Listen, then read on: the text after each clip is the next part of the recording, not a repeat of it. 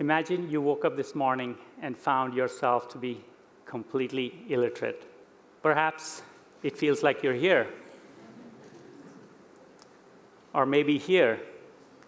You can't read a thing, maybe a few letters, but you can't really string them together to make sense.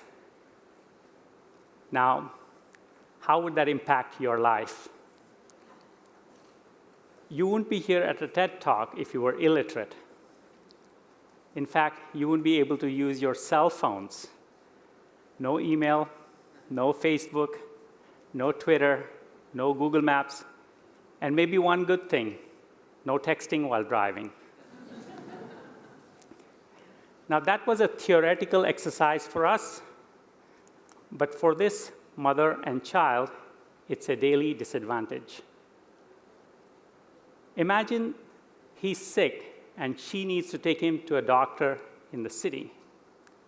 She'll get to the bus stop and not be able to read the signs and not know when and where the buses are leaving. At the hospital, it'll be difficult to navigate the lines and deal with all the information and forms, and then the doctor might write a prescription in, of course, doctor's beautiful handwriting. And how dependent is her life? But look, in her hand is a miracle of the digital revolution, a cell phone. She has the potential to access all the information in the world and reap all its benefits, but illiteracy will prevent her from doing that. Now, officially, 74% in India are literate.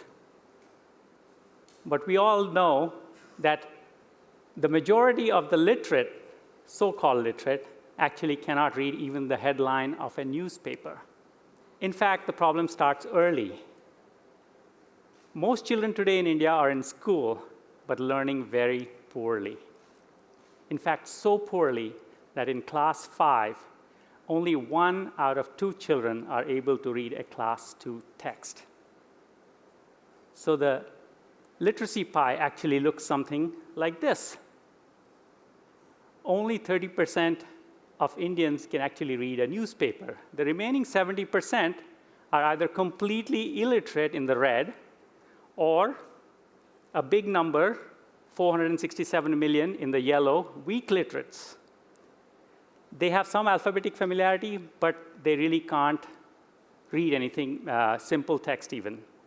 And together, the red and the yellow, that is 740 million people who cannot read in India. Okay, that's the population of 100 Switzerlands, where nobody can read. Imagine that. Now, most programs in education do somewhat of a job of transitioning people from the red zone to the yellow zone. We have a simple solution to transition people from the yellow zone, which is the largest zone of 450 million and more, to the green zone. 20 years ago, I happened to be watching a Spanish film called Women on the Verge of a Nervous Breakdown. It's a hilarious film. In fact, you might have seen the sequel, Women on the Verge of a Presidency, starring Hillary Clinton and Donald Trump. It's hilarious. Anyway,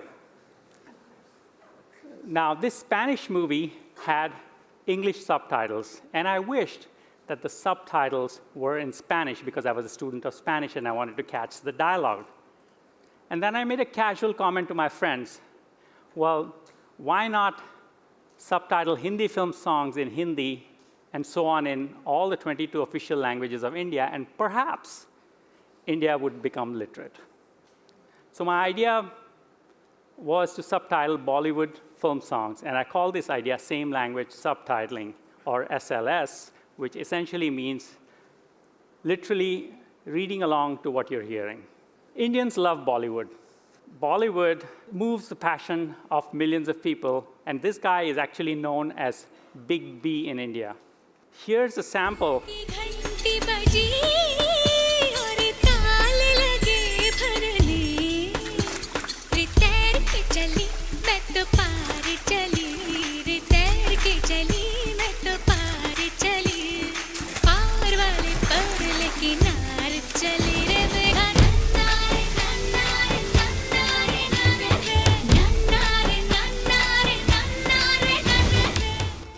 So my question to you is, were you reading along towards the end of the song? Anyone reading along? Many of you. Why were you reading along? This is in Hindi. And now, this is you and a billion people reading along, because television is watched by 900 million people and for 3 hours a day. So when you subtitle all the songs on television, it gives inexpensive and fun reading practice to a billion people. Okay. But you are all literate, so you were reading along. Would a weak reader also read along? So the next video I'm going to show you is of a weak reader reading along to a song with and without subtitles, and you can see the eye tracking of that. Okay, is she reading? Maybe. Is she engaging with the text? Almost definitely. Now, did that lead to reading improvement? There are several studies, and I'm going to just show you one here. And you can see that exposure to subtitling at home, along with schooling, more than double the green zone as compared to children who only went to school. And this is over 5 years. Now, Bill Clinton called this a small change that is a staggering impact on people's lives. Sonaben Solanki studied till class 4. She got married at 16, had children soon thereafter. And when her children went to a local creche, she had the urge to become a good reader to help her children. But she didn't know where to get the text, so she turned to TV. And on TV, the random text that came was not really easy to read. But then she discovered Gujarati film songs with the matching Gujarati lyrics, and that allowed her dormant reading skills to get practiced. Today, she's a prominent member of a women's collective. In fact, she keeps the accounts there, and she helps all the women to fill out forms. She looks government officials in the eye. So you can see a transformational impact on somebody like Sonaben from being somebody who married very early to actually becoming a women's leader, simply because she became a good reader. Mahodji Thakur, another example, he studied till class 3. He wanted to study more, but then farming took over. But after a few years of getting this subtitled exposure on television, he became a good newspaper reader. And in the newspapers, he finds the prices of crops. So when he goes to the market, he can't be ripped off.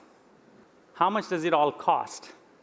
Well, we're subtitling existing songs, remember, so the cost is not that much. So $1 really gives a lifetime of reading to a person. In fact, to scale up same-language subtitling nationally would cost us only $1 million a year. And in 5 years, we would basically transition 500 million weak readers from not being able to read a newspaper to actually being able to read a newspaper. Now, I've been talking to policymakers and private channels to scale it up on all songs in India in all languages. The good news is that we're further from the starting line than we ever were. But the bad news is that we have an Usain Bolt of an idea, the fastest human being on this planet. And instead of making him run the 100-meter dash, we're making him run the marathon. But the marathon is something that we will complete because we have people of the stature of Bill Clinton, Gordon Brown, who have publicly voiced their support for same-language subtitling. In fact, I've even had the honor of presenting this, and the Prime Minister of India, Narendra Modi, was in the audience, so he knows about it. So I'm very, very hopeful that this will become implemented nationally. It might seem crazy what I'm about to say. For India to become literate, it's simply a matter of 1 billion people singing to songs. Namaste.